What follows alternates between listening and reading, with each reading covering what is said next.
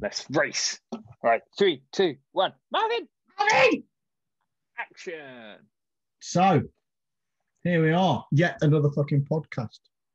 Yet the time you're another watching podcast. this, dear reader, listener, watcher, whatever you fucking are, you should have some sympathy for us because we are exhausted. We're doing this straight after our first day of the Foundation Summit.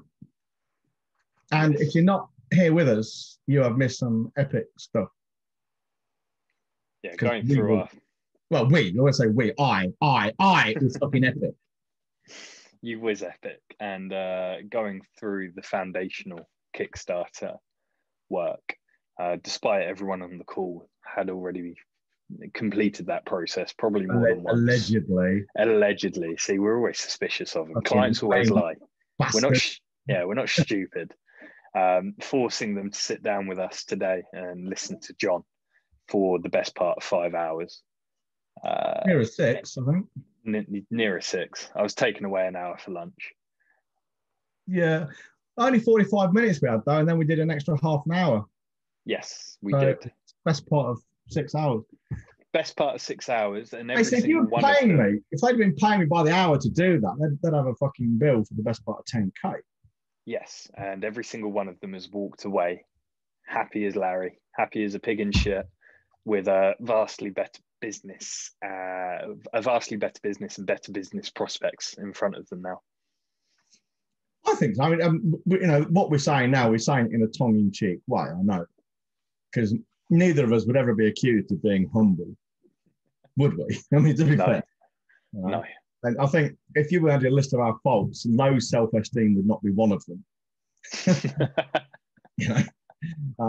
That makes me laugh when you see this shit on LinkedIn about saying everyone's got low self-esteem in some way. No, we fucking haven't. I'm amazing. I don't know what the fuck you're talking about, lady.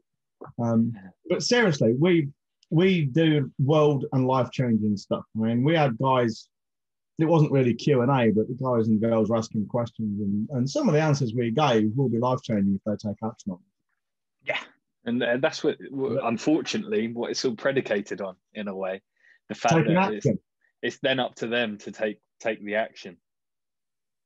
Yeah, and so many people fucking don't. I mean, as I said at some point today, there are people I've spoken to in the past who in our sales process have said, yeah, I've got this fucking problem, it's really bad, and I'll do anything to fix it. When I'm going through the process and tell them what it's going to take to fix it, and I'm not even talking about the money necessarily, but just what they're going to have to do. You've got to change the way you think about your business. You have to change the way you approach your business. I don't want to know. And I see these people sometimes nearly 3 years later now. I see these very same fucking people still posting the same navel-gazing, hand-wringing, gnashing and wailing of teeth, fucking soggy biscuit, circle jerkers, misery and despair, bollocks about how shit their lives and business are. Like, is it any fucking wonder? Really? I've got this big problem. Well, here's what you need to do to fix it. Oh, don't want to do that. Definitely silence. 2 months later, I've got this big problem. No fucking shit. If these things don't fix themselves, they just don't. No, they don't. People need to make sure they are listening to the right people to get their advice from. Yeah, I mean, how do you find the right people to get advice from? Easy. You look at people who are skilled and expert in that area. I see people on LinkedIn with this false modesty shit I've ranted about before, saying, I'm not an expert in marketing. I don't believe there are any experts in marketing. Then why the fuck are you selling yourself as a fucking marketer, you cheat? People want experts in marketing because they don't know fuck all about it themselves. I don't look for an electrician and say, I want someone who's not an expert electrician. I want someone who's not very good at all, and we can learn the electricianing thing together. And what a load of fucking cock that is. I want someone to come into my house who knows what fucking wires to do, to put in there, what colours to fucking put where, and to plug the fucker in so it works. Not someone to come in and kind of collaborate with me on where to put the fucking wires. Seriously, what is wrong with these people? So where do you think the earth wire should go, John? Yeah, let's have a discussion about it. Let's see if we can come to a mutually agreeable compromise of where to put the earth wire. How about up your fucking arse, mate? Shove it up your butt. But I mean, we use this one a lot. People are walking around with an umbilical cord in their hand looking for somewhere to plug it in. They want experts. They want someone to say, it's all going to be okay. We're going to take care of you. That's what we fucking do. Jesus fucking Christ. And another thing. And another. If you want to get advice from people, you've got a problem in your business, and whether it's marketing, whether it's staff problems, HR, whether it's at home with a fucking leaky roof, sparkling electrics, or whatever, get an expert. Don't post on LinkedIn saying, what does everyone think? Where can I get some cheap free advice? Go into your fucking local Facebook group and get something free. Ask the guy down the fucking pub. Ask your mate, you know. Ask a friend because he's a pal with someone who knows how to use a pair of fucking pliers. Seek experts in the field you want advice in and be prepared to pay them. You will save you, it might cost you up front, but it will save you fucking time and save you money in the long run. Yeah, absolutely. And the thing is, anybody who subscribes to the thinking of, oh, you're only an expert if you realize there's no experts, you want to run a mile from them people.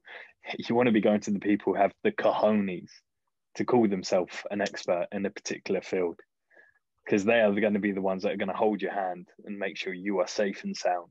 And they're also willing to take on the risk, the downsides fully, because they're so sure that won't happen because they're fucking experts. Well, yeah, every time I describe myself as an expert and sell myself as such, whether it's in a group setting or one-on-one with a client, I'm putting my reputation on the line. Yeah. And it's yet to come back and bite me in the arse. So I guess I'm doing something fucking right. I think that's what it is. I think these people are saying I'm not an expert. I think they do it because they're afraid that they're going to get rumbled. They know fucking nothing. Oh, yeah. Or, and then they can say, well, I did tell you I wasn't an expert. You know? Yeah, it's a cop-out. Or they've got low self-esteem. But I wouldn't, this might sound horrible, but I don't give a fuck. I wouldn't want to hire someone with low self-esteem. I wouldn't want to hire a kitchen fitter and then halfway through have a nervous fucking breakdown. Oh, I don't think I can do it. I don't think I can build. Fuck off. Well, I can't. Let's work together on this one, Connor. Let's see if we can get this cabinet put in together. Let's collaborate. No, I want an expert. And if you are an expert, call yourself a fucking expert, because that's going to differentiate you from the get-go. Yeah. And if you want a good job done, get an expert. What the fuck is wrong with people? And pay them well. The more you pay them, the better help you get. Here's a true story for you. Right? I wanted to put a punch bag up in my barn, and I didn't realise it didn't occur to me to get a handyman to do it. I'll tell you the full story now. So I thought I'd do it myself. So I had to go out and buy a drill and a drill bit and an extension lead. So that probably cost me what, 60, 70 euro or something. Still couldn't do it because the wall was too hard. And it was fucking, I need a bigger drill. I need a fucking Kango or something. So fast forward about 6 months, and my punch bag is still lying on the floor in its polythene bag, and my drill is still in its fucking box, not drilling holes. And Sarah got a handyman in to do some, I put some pictures to talk. So I said I wasn't going to do it. I just couldn't be fucking bothered. And this guy comes to do all this stuff, and he charges 20 euro an hour, right? Jesus. I know. And he doesn't charge you for a call out. So if he only comes for an hour, he charges you 10 euro. And it might take him, it's probably 10 minutes from town. So it takes him at least an hour to come and do a half an hour job, I guess. And he charges 10 euro. He only charges the time he's working. And I told him to put his price there. If he'd have charged me 100 euro an hour, I wouldn't have linked, because I'd have no idea what a handyman charges. And it's not about how much it costs, it's about what he does for me. So he put my fucking punch back. I said, I've got this fucking punch back. Could you do that? He said, let me have a look at it. So I showed him. He said, yeah, I could do that. He says, it'll take me about 20 minutes. I'll charge you half an hour, so 10 euro. Okay, I tell you what, just take the 20 and I'll be happy. I felt sorry for him. Paid him 20 euro. Within half an hour, I've got a fucking punch bag up. They've been waiting for 6 months. So you might look down your nose at a handyman, but I paid an expert to do a job I could do myself eventually, but it would cost me more to do it and cost me a lot more hassle. It would have cost you an extra 6 months. Yeah, and I'd have to buy a better drill, but he'd got the tools in his van. You know, it's just a really good example. And that wasn't because I was tight-fisted. and thinking I knew better than you. It's just I didn't connect the dots. Handyman, punch bag. Yeah, good idea. And only when he was here, I thought, hang on, fucking a fucking light bulb, you know. Huh? Of course, the corollary to that, the fucking twist in the tire is the first time I used the punch bag, I knocked my wrist, didn't I? That was well more than a year ago, and it still hurts. Oh God. That was nearly 2 years ago, it still hurts. Oh baby boy. I know. I know. Hunt out experts and pay them well. And there's a reason you should pay them. So John, tell them why they should be paying for professional advice. And this is definitely when it comes to professional advice. Because they know what they're talking about. Do they? Well, you'd expect so. I mean, look, all this is predicated on you actually do ask an expert. Yeah, yeah. You don't just pay some random twonk down the pub because he said, yeah, tell me, give me a tenner and I'll tell you the answer. Now, this is an expert. Now, sometimes experts are professionally qualified. I'm not, except for the fact of my results, and I've got testimonials coming out of my fucking jacksie to prove it. You know, I've got a track record I can show to anyone, and it can be independently verified. So just make sure you do your due diligence. Make sure the expert you're asking has independently verifiable results or skills or competence. But that's a given. Assuming you can do that, you pay a professional simply because he or she will give you a balanced, well-informed, objective view. You ask your parents or your spouse or someone else down the pub or people on LinkedIn, your connections down on LinkedIn. I've got this business idea. What do you think? What are they going to say? Most of them, because they want to be polite and professional, they'll just, even if I think it's a really stupid idea and you'd be fucking 2 fucking cum shots short of a porn film to do it, they'll say, sounds like a good idea, but here's something you might want to be wary of. You know, they won't just say, that's a really fucking stupid idea and here are 3 reasons why and how to do it better. Paying a professional, you'll get all the years of their expertise. Now, and bear in mind, you're not paying them for the time they spend giving you advice. So you want to get on the phone with me, say you've got a business idea, you've got a marketing strategy you want to talk about. You want to get on the phone with me, €1,500. Okay, that's a lot for an hour's talk. You're not paying for an hour's talking. You're paying for an hour's talking and 20 years experience to get to the point where I can fucking talk about it intelligently for that amount of time without notes or umming and ahhing or prevaricating or saying, oh, you know. Or referring to some fucking wanker on LinkedIn and says, well, I read this really good book that said, you know, I can give you experience. I can give you the benefit of my experience. So yes, it's a lot of money. It's fucking good value too. It's like the old story of the plumber that comes out and fixes the sink with 1 tap of the hammer, gives a bill for €100, and the lady goes, oh, €100, all you did was tap the sink. All right, let me itemize it for you, he said, and it said $10 for tapping the sink, €90 for knowing exactly where to tap it. Yeah, it's exactly that. I mean, it's almost a cliche, but you've seen me in hot seats at the elite meetings. Mm-hmm. You see me in the ops fucking calls every day. Yeah, people have come with a problem they've been struggling with for months, and within 5 minutes they said, "Oh, it's easy. Here's how you fix that." And you see the fucking light bulb go. Oh fucking hell! Why didn't I ask you before? I don't know. Why didn't you ask me before? Well, the thing is, even our clients sometimes fall into the trap of asking the absolute worst people to ask for advice. Yeah. Well, I asked my girlfriend the other night. I talked about it to my spouse, my wife. Oh, if you need advice that should be coming from a professional, the worst people to ask are your friends, your family, and just random people on the internet. Yeah, because I mean, often they'll just tell you what you want to hear. Never mind the fact they're not experts. That's a whole different ballgame. But most of them will just say what you want to hear. Mm-hmm. But you know, your spouse wants to say things to bring you some happiness. Imagine it's a woman. We had this conversation in the meeting today. A woman. I don't know who came out with it, but the saying is something like a happy woman means a happy marriage and happy wife, happy life. Happy wife, happy life, basically, yeah. And it's true. So woman goes to husband, I've got this business idea. He's just come home from work. He's fucking tired. already had to slap her once to get the sandwich in the beer, you know? He just wants to be left alone watching the fucking snooker or something. But she'll actually say, I've got this idea. And he'll just say, yeah, whatever you like, dude. That sounds like a great idea. And he has no idea whether it's a good idea or not. He'll just say so because it's an easy life. And I know that's a fucking stereotype, but it happens. We know it happens because we talk to people to whom it did happen.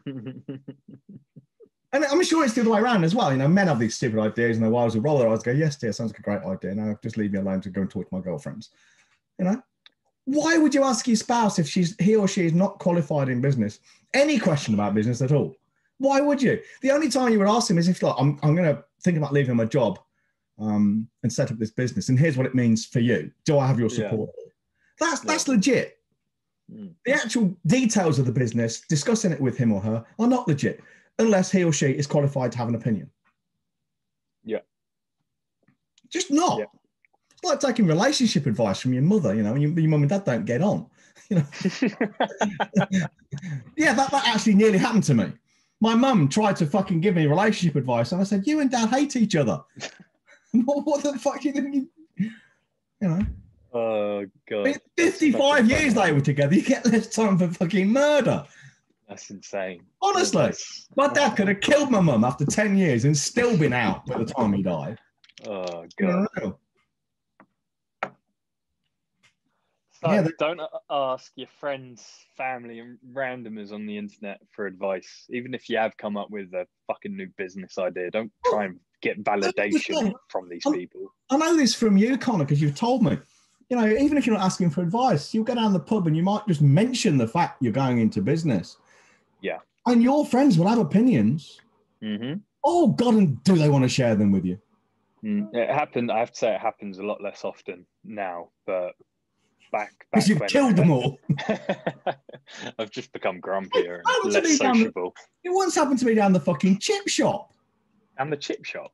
Yeah, it's closed now. So it's at least 5 years ago. I was down the chip shop and I was just talking to Sarah about it. Wasn't long after I wrote the book, Grow Your Business Fast. And I was just talking to Sarah about something, and some guy muscled in on the conversation because he taught economics at the University of Cork. And he was trying to tell me how my views on premium pricing were wrong. Because I've been talking about what I've written in the book, even though I was doing it myself and I've been teaching my clients to do it, and they've got objective, independently verifiable results about premium pricing. He was telling me I was wrong. And I said, have you ever run a business?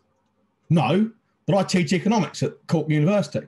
Okay, so how do you know all this? Well, I've studied it. But how much have you actually done? How many times have you sold to clients? Well, I've not, obviously. Right. And I thought, I just want to punch his face and then fucking put his head into the deep fat fry, you know, because you're a fucking idiot. You're a professor. Well, you're a lecturer, but you're a fucking idiot. I tell you what, John, I have a story with many, many parallels to that. I was on holiday in Poland. Was it Poland or was it Czech Republic? It was one of the two. Anyway, it was one of the two. I think it was the Czech Republic. But anyway, I digress. No, it was Poland. It was Poland. But anyway, again, I digress. Tell the story. I do this. I'm awful at selling stories. We was in this little food court, me and all my pals, you know, lads holiday. Oi, oi, oi. And I was talking to the person I'm closest to in that group. And that's unfair, but anyway, I'm digressing again. Anyway, we're having a conversation about pricing, and I say, well, the mere fact that something has a higher price connotates higher quality.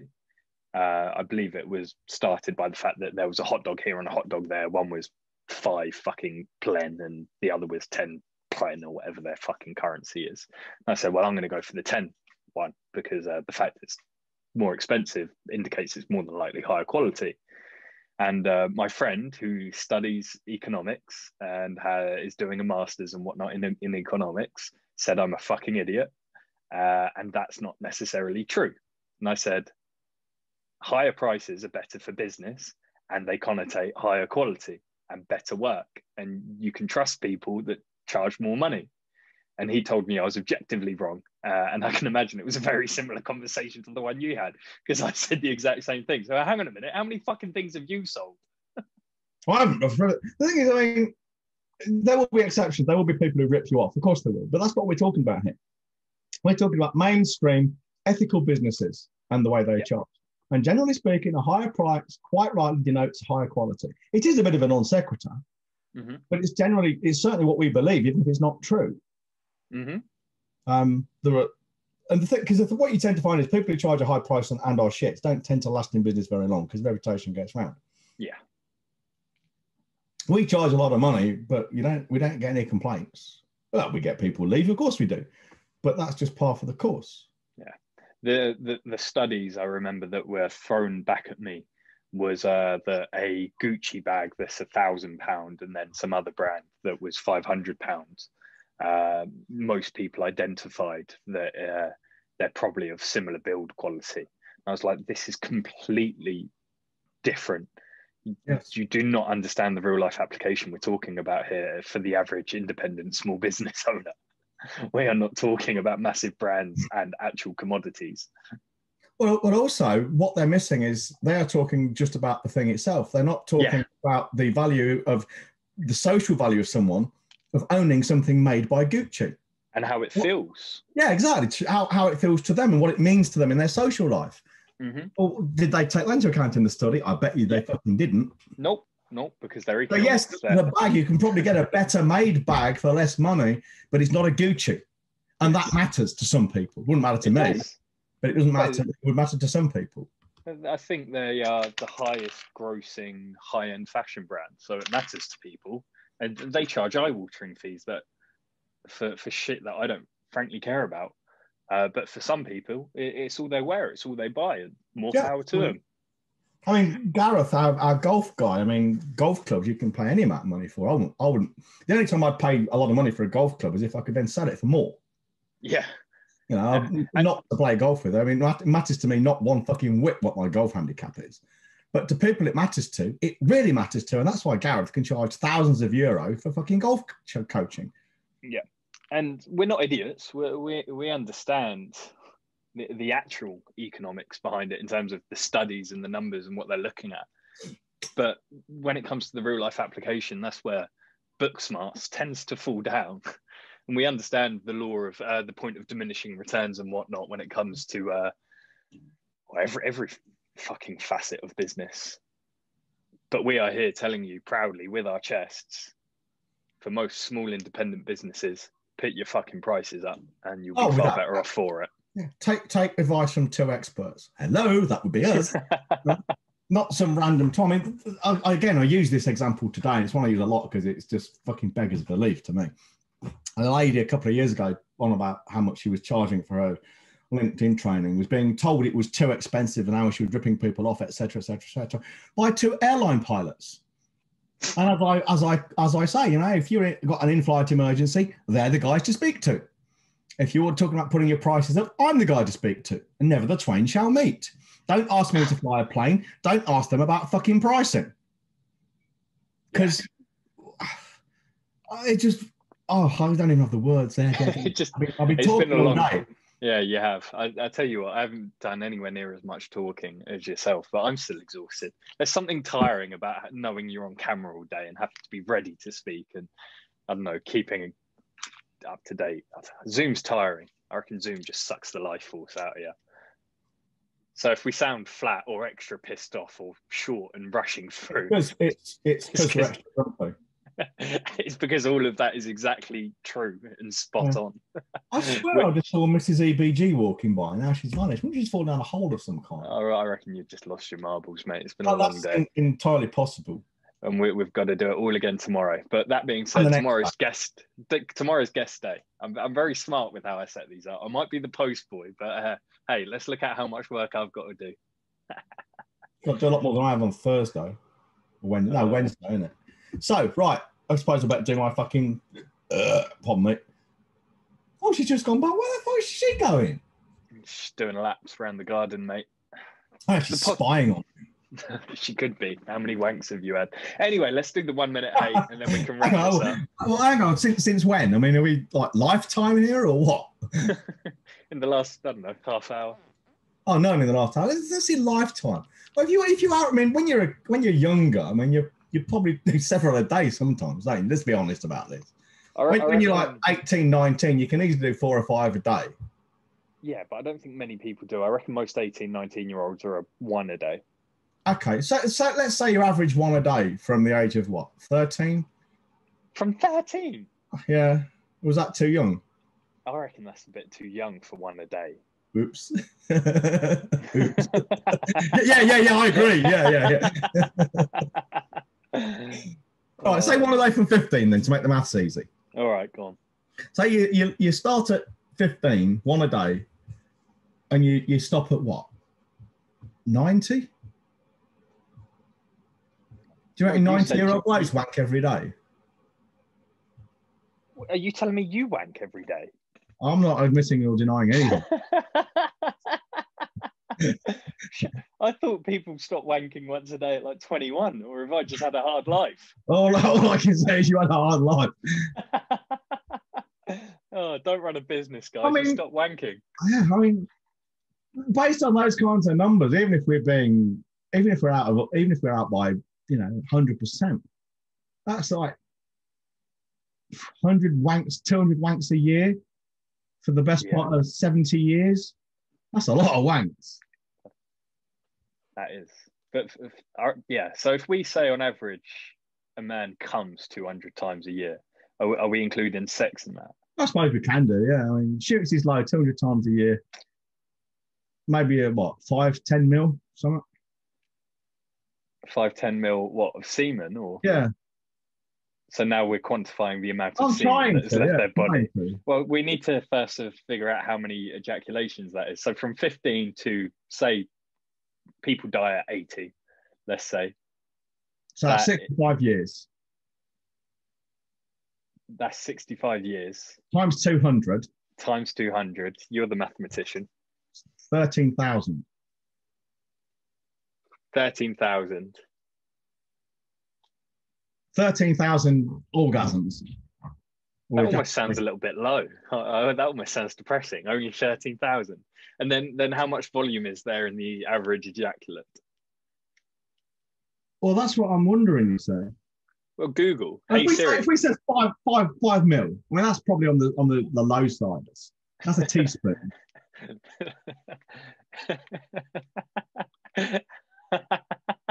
How old are you? 5 mil?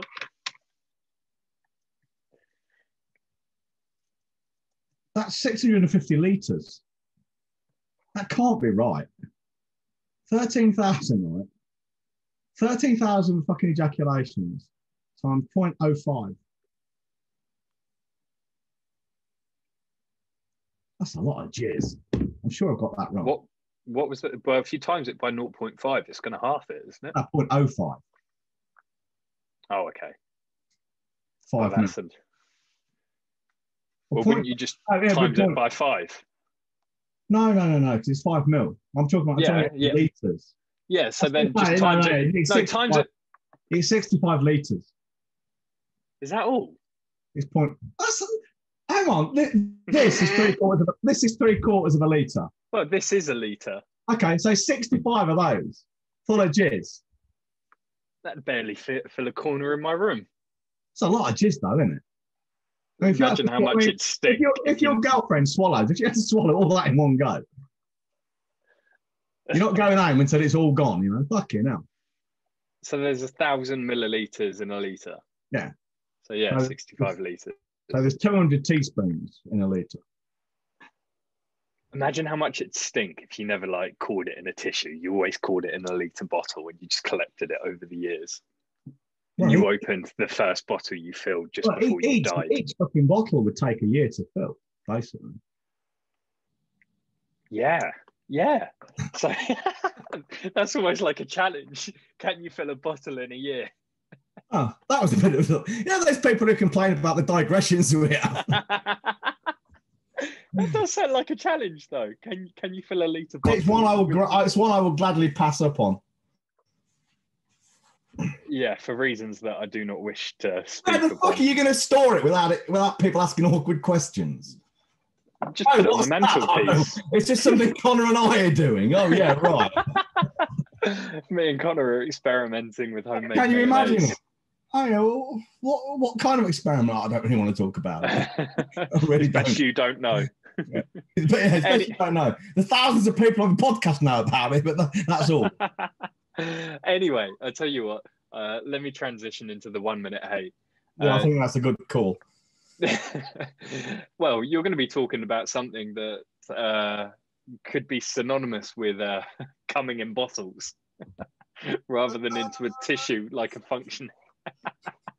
I'm not quite sure how we would get from coming into a bottle or a fucking tissue from there to functional labels in autism. So let's just make the transition and be bold and brutal about it. Oh, God. All right. Hey, Siri. Set a timer for 1 minute. 1 minute, counting down. Right, functional labels in autism. People say things like high functioning and low functioning autism. They were never a formal diagnosis, and here's why. If you get the wrong person in the wrong time or the right person at the wrong time, like me, I can be low functioning. Busy environment, airport, railway station, you'd think this guy's non-functioning because I go non-verbal, I can't handle things, I can't see properly, I can't think properly. Same person giving a speech on stage or running a mastermind like today, very functional. Does that make me high or low functioning? Neither. All it means is my presentation of my autism fits a profile which you can say looks almost normal in most situations. It's like saying Stephen Hawking. Was he a low-functioning human being because he couldn't walk, move his hands, or even fucking move his face? No, the man was a fucking scientific genius. You would never call Stephen Hawking low-functioning. So functional labels for autism are they're misleading, they're crass, they're ignorant, and they're even fucking bigoted. And they're just plain fucking wrong. Time. That's good timing, wasn't it? That was. You tend to be quite good with your timings. I do. I suppose that's part of. I do. Well, I've got a bottle. I'm very good with my timing, Connor. I've got a bottle to fill. I got 65 bottles to fill. Hang on a minute. This is so unfair. I've only got 14 years to fill. No, 24 years to fill it. You've got 60 odd. So you could only fill fucking 25 bottles left. What a depressing thought. You've only got 24 bottles of cum left. Rather than counting how many years you've got left, you're counting litres of cum. Rather than asking how old are you, you just ask how many cum bottles can you fill? How many cum bottles you filled? 24. Ooh. It's like a fucking egg timer, you know. The semen of your life is running out. It starts off with fucking 65 litres and it drips out 5 minutes at a time. You get into the end, oh shit, I'm going to die any minute now. 5 mil every day. That's the most view of life. Ridiculous thing ever. Yeah. I guess we'll finish, shall we? Yeah, go on. Right, so close that up. If you want to fill more bottles with less work, less hassle, and fewer headaches, all you got to do is join us at ottcollective.co.uk, because you'll be then attracting better clients, selling at higher prices, have it all happening in a pipeline filled behind the scenes, moistly and turgidly with our amazing systems. ottcollective.co.uk, or if your need is urgent and important, go just email holly@growyourbusinessfast.co.uk. In the meantime, stay safe, stay inside, wash your hands, don't forget to fill your bottles, and don't shit on your fingers. See you later.